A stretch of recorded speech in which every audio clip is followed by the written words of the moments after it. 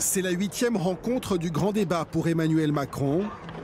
Hier, le président a convié 150 élus du Grand Est à l'Élysée.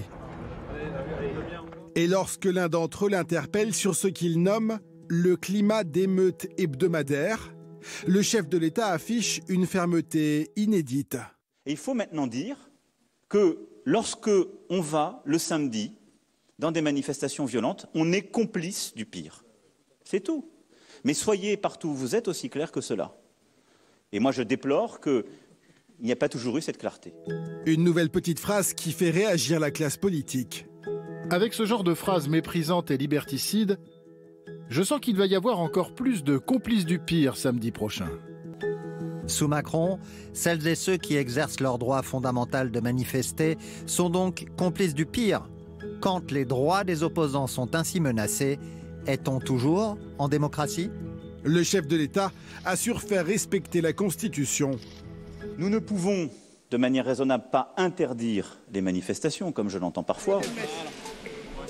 Emmanuel Macron est comme revigoré par la cote de popularité en hausse du couple exécutif, et ce pour un second mois consécutif.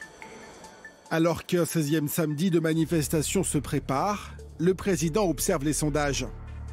Il montre ces derniers jours qu'une majorité de Français demande la fin du mouvement des Gilets jaunes. Emmanuel Macron embraye.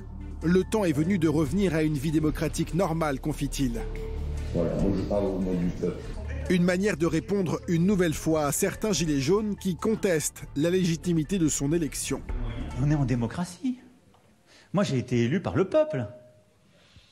Non mais j'ai été élu par le peuple. Si vous n'avez pas voté pour moi, je regrette, mais ça veut dire que vous aviez une autre voix, mais vous n'avez pas été majoritaire. Et si vous n'avez pas été voté, moi je suis désolé. Je ne peux pas accepter de dire une démocratie, c'est un système où les gens sont fiers de ne pas aller voter, et puis quand ils ne sont pas d'accord, ils bloquent les ronds-points. C'est pas la démocratie. S'il a parfois eu des mots durs, ils n'étant en fait que les porte-voix d'une foule haineuse. Le chef de l'État estime avoir répondu au mouvement des Gilets jaunes, d'abord le 10 décembre, lors de cette allocution. Sans doute n'avons-nous pas su depuis 1 an et demi y apporter une réponse suffisamment rapide et forte. Je prends ma part de cette responsabilité. Mais aussi en proposant un grand débat national dans lequel il s'est pleinement engagé depuis le début de l'année. Faut pas raconter des cracks, hein. C'est pas parce qu'on remettra l'ISF comme il était il y a 1 an et demi que la situation d'un seul gilet jaune s'améliorera. Ça c'est de la pipe. Emmanuel Macron sait qu'il est attendu au tournant. Il reste 15 jours de débat et 1 mois et demi avant l'annonce des conclusions.